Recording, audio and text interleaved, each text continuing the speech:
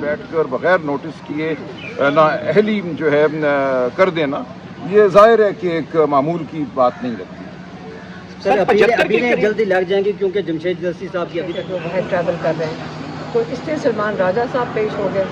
لیکن ڈیٹ کہہ رہے ہیں ہمارے پاس ٹائم نہیں ہے، اور 12 تاریخ کی دے دی ہے تاکہ عمران خان کو اس کے اندر ریلیف نہ مل سکے 12 تک۔ جو اس وقت نااہلیاں چل رہی ہیں پاکستان تحریک انصاف کے کافی زیادہ جو لوگ ہیں، سلمان راجہ سے جی انہوں نے 12 رکھا۔ ٹائم نہیں ہے، میں نے تو کہا تھا جی اگلے ہفتے رکھتے ہیں، Salman will be back in 2 days، تو انہوں نے ایک دم رکھ دیا نا۔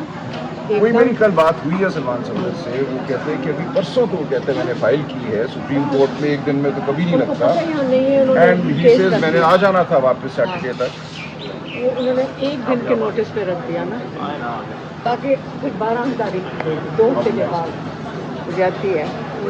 جی علیمہ خان صاحبہ، گفتگو آپ نے سنی ہے عدالت کی کارروائی کے حوالے سے، بتائیے گا کیا سمجھتے ہیں کہ جو سلمان صفدر صاحب کے بغیر جو آج عدالت نے آگے تاریخ دی ہے، اس حوالے سے بتائیے۔ دیکھیں ہم سارا راستہ اس لیے آئے تھے کہ آج کیس لگے گا، انہوں نے بتایا کہ میں آج سلمان راجہ نے تو کہا کہ میں آج وہ کر دیتا ہوں، لیکن آپ اتنا شارٹ نوٹس دے رہے ہیں ایک دن کا، پتہ ہے کہ ایک سلمان راجہ یہاں ملک میں نہیں ہے، سلمان صفدر ملک میں نہیں ہے، سلمان راجہ پیش ہوئے تھے، تو اگر ایک دن کے نوٹس کے اوپر وہ کہاں سے واپس آ سکتے تھے جو باہر ٹریول کر رہے ہیں، تو اس سے سلمان راجہ صاحب پیش ہو گئے، لیکن ڈیٹ کہہ رہے ہیں ہمارے پاس ٹائم نہیں ہے، اور 12 تاریخ کی دے دی ہے تاکہ عمران خان کو اس کے اندر ریلیف نہ مل سکے 12 تک۔ جو اس وقت نااہلیاں چل رہی ہیں پاکستان تحریک انصاف کے کافی زیادہ جو لوگ ہیں، سلمان راجہ سے جی سلمان راجہ صاحب اس طرح کبھی بھی نہیں ہوتا کہ بغیر نوٹس کے بغیر بلائے نااہلی کر دی جائے۔ ابھی بہت سے قانونی مراحل ہیں، جن لوگوں کو سزا ہوئی ہے ان سب نے اپیل فائل کی ہے، ان کی اپیل ابھی اعلیٰ عدالت میں سنی جانی ہے۔ اس اپیل کا انتظار کیے بغیر آنن فانن بیٹھ کر بغیر نوٹس کیے نااہلی جو ہے کر دینا، یہ ظاہر ہے کہ ایک معمول کی بات نہیں لگتی۔ سر اپیلیں جلدی لگ جائیں گی کیونکہ جمشید جلسی صاحب کی ابھی تک اپیل نہیں لگ رہی، لیکن جو الیکشن کا شیڈول ہے وہ تو جاری ہو گیا ہے، الیکشن کی تیاریاں تو ہو رہی ہیں لیکن اپیل نہیں لگ رہی۔ عمران خان کی